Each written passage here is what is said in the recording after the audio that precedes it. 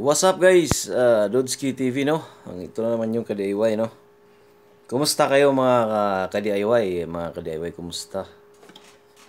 So ito na naman ang isi-share ko sa inyo ngayon ay itong D900 na Class D amplifier no? Na meron siyang ginagamit na AC na TL071 at saka IR CD4049 at saka IR2110 na MOSFET driver.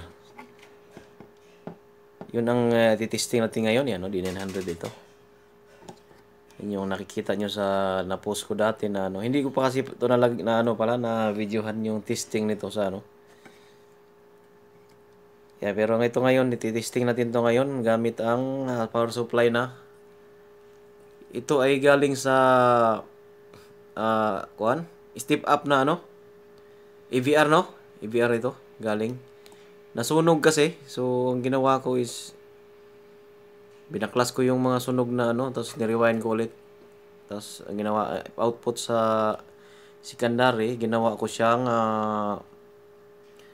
55055 56 pala, 56 pero sa 66 56 220 in. Meron din siyang pang buffer, ito, buffer preamp. Ito supply ng relay. Yan. So ito yung ginagamit kong palagi sa nakikita niyo sa mga video ko. So papalitan ko siya ng ano 55 na output. Tanggalin ko lang tong transformer na to, papalit ko to. So ayun.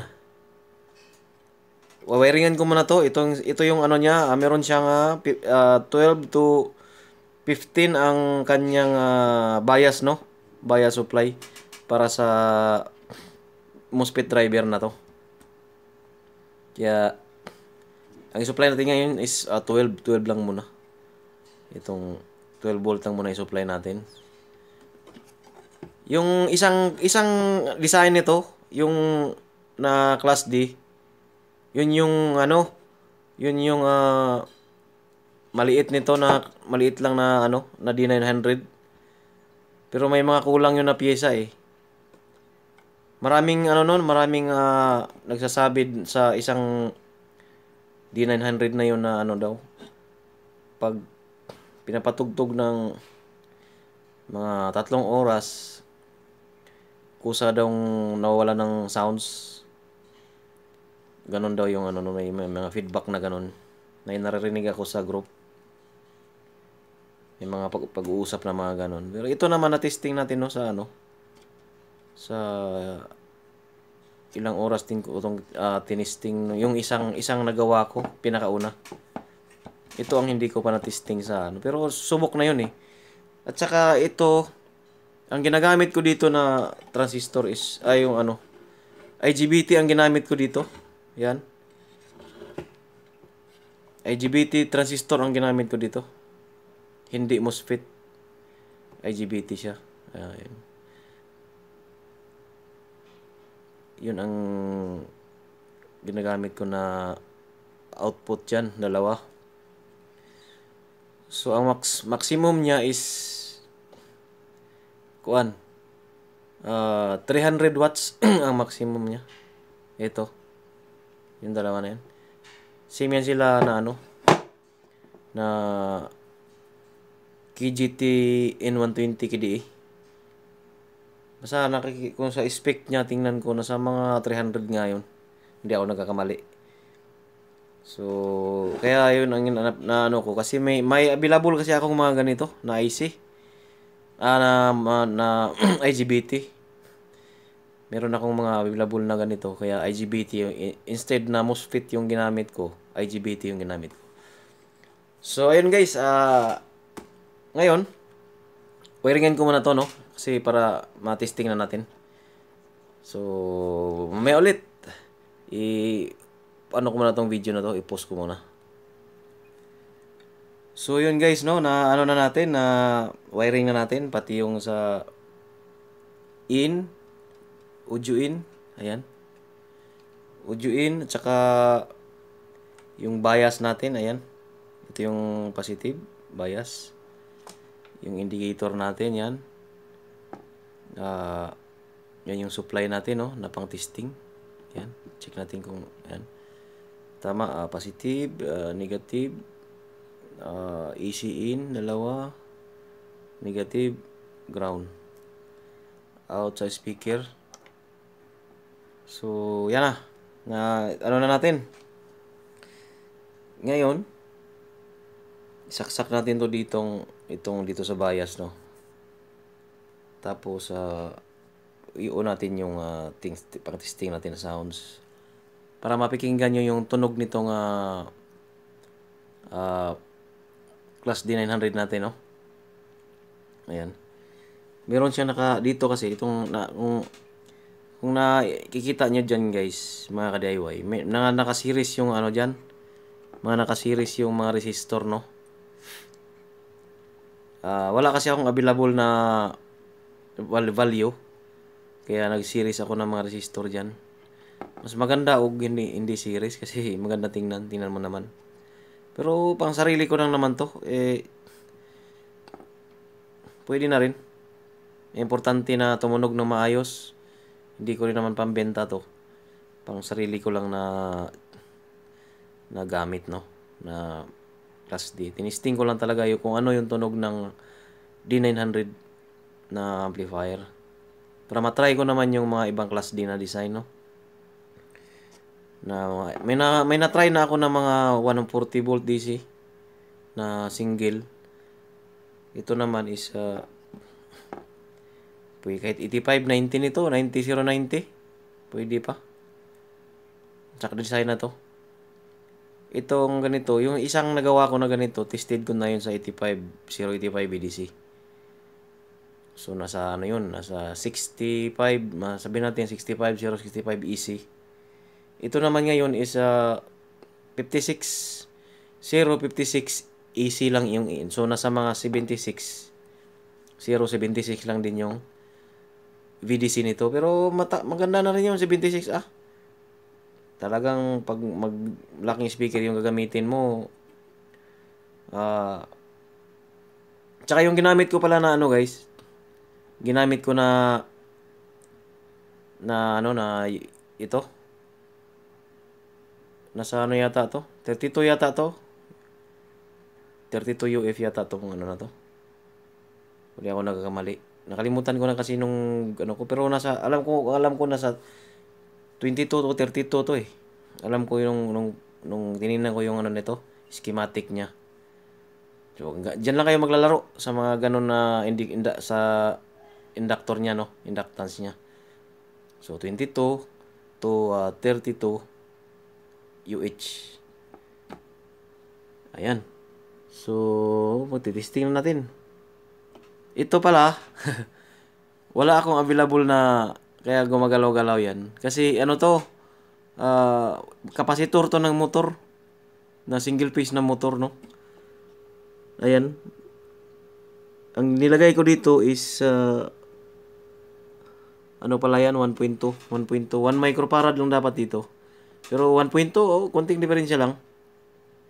Pag sinukat mo naman sa tester sa capacitance, no, medyo hindi naman accurate talaga sa abot ng 1.2. Minsan nga nasa 900, ano lang siya, 900 mga ganon. Or tama. Kasi nga gamit na, so minsan hindi talaga abot ng 1,000 basta gamit na. 1 UF. So okay. So isalpak na natin. Salpak na natin yung yung pailawin na natin to. Yung indicator, isalpak na natin tong 12 volt. Para advice ko lang, no, sa pag ano natin sa bias no. Bias ng MOSFET. Kung ako ang papipiliin, mas gusto ko magbias ng 12 volt kaysa 15 volt. Kasi nga naman, ang tendency din kasi sa paabot tayo ng 15 volt na bias, itong MOSFET natin IR2110, yung na driver. Pag katagalan kasi, aabot na tayo ng mga ilang oras na sa pagpatugtog natin, iinit talaga tong ano na to.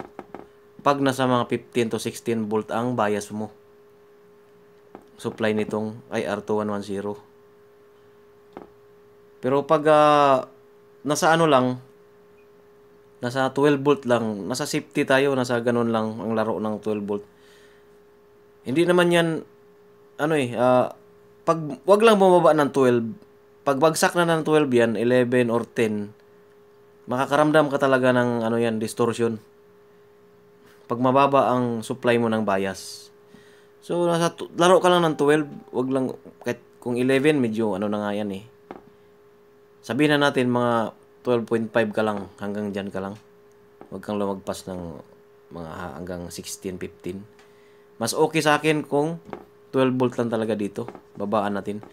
Tsaka pag magtaas tayo ng supply dito, so magbabago rin talaga yung ano ng bias natin dito. Lalo na dito sa dalawang ano na yan, dalawang MOSFET na yan. Talagang mag-adjust din tayo dyan. Pag magsukat tayo ng voltahe dyan, magtaas tayo ng bias dito. Pag magsukat tayo ng voltahe, hindi magkaiba yung 12 volt ang supply natin. Magkaiba yung sukat. So, yan. Yun na yun, ano ko no. Sa akin lang naman yun. Na mas safe kung 12 volt lang, 12.5 mga ganun lang yung bias natin supply. So, iwan ko lang sa mga expert na talaga sa class D, no? Meron silang paraan dyan para hindi iinit tong ano na to. MOSFET na yan. MOSFET driver, oh. So, yun. So, ititesting na natin to kasi medyo mahaba na ito yung kwento ko. So, isalpa ko muna, no? I-on ko muna tong ano natin, saksak ko muna yung bias. So, ito guys, nakauna yung ano, no? Nakauna yung bias. Ito, power supply niya. Nakauna yung bias niya. So, isaksak na natin, no? I-play na natin to. Saksak muna natin tong plug dito. Uy, ayaw. Yan. Yung bias nakauna rin. So, i-play na natin, no? Yan.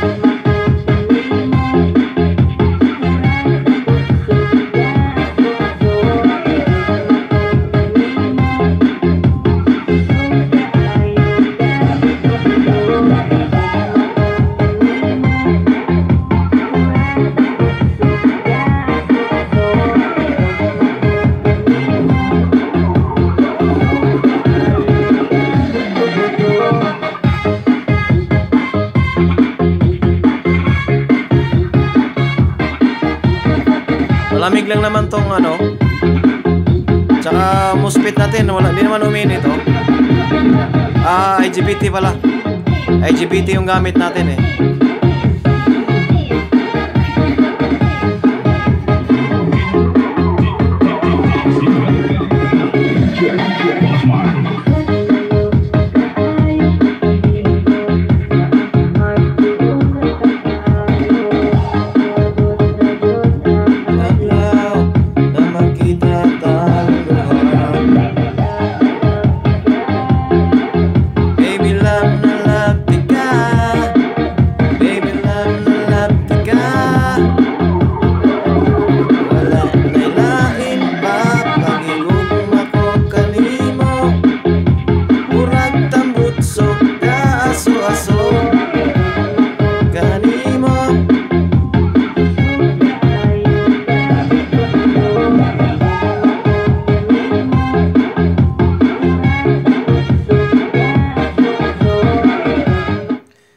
So, ayun guys, narinig nyo na ang tunog ng na D900, no? Ayan, in-off na natin, pati yung bias. Yung, narinig nyo na yung D900 natin na, ano? Na Class D amplifier, no? Ayos yung, ano natin. Bali, check natin, hindi naman mainit, normal lang naman yung init niya. Ano lang, ligam-gam lang naman. Hindi naman talaga as in mainit na mainit. Yung kunting ano lang, kunting normal lang, kahit wala nga tong heatsink, patugtugin mo ng mga ilang minutes, hindi naman iinit yan. Normal lang. Ito lang yung iinit talaga ito. Yan. Itong diode na to, wala yan. Hindi yan, normal lang yan. Pwede rin yung isang klase, yung SF, pwede rin yung SF eh. SF, basta mga super fast, ultra fast na diode, yan, pwede rito. Yun ang ginamit ko. Itong ginamit ko, nabunot ko lang to sa mga ano. So, yan ang tunog ng IGBT, no? Kung i-compare natin, tingnan natin yung datasheet ng MOSFET at saka sa ano, no, sa IGBT. May pagkakaiba ng konti. Sa switching lang sa ano niya. Yung sa gain niya. Yun. Yung sa input niya ba? Or kung sa BGT pa base. Ito fast switching naman din tong ano, na yung itong IGBT, pero may pagkakaiba talaga ng konti. Kung i-compare mo yung datasheet nila. Pero okay lang, medyo may kakahawig din naman. So ayun guys, salamat sa panonood, no. Narinig nyo na yung tugtog ng ano, ng D900 natin na ano, na amplifier class D na ang ginamit natin na ano is output is IGBT, hindi MOSFET. So okay, thank you. Hanggang sa muli nating mga video, no. Salamat sa panonood, salamat sa suporta sa mga ka-DIY ko diyan. Ito ang inyong kaibigan. Kung mahingi kayo ng ano nito, tawag nito, ng diagram nito, i-message nyo lang kayo sa Class D Amplifier DIY, no, na ano natin, na group natin, tsaka sa ano, post ko rin naman to doon, tsaka sa tawag nito, sa group natin or sa Facebook. Message nyo lang ako. Okay, salamat. Hanggang sa muli nating mga DIY. Salamat, Dudski TV. Bye-bye. Salamat sa suporta, guys.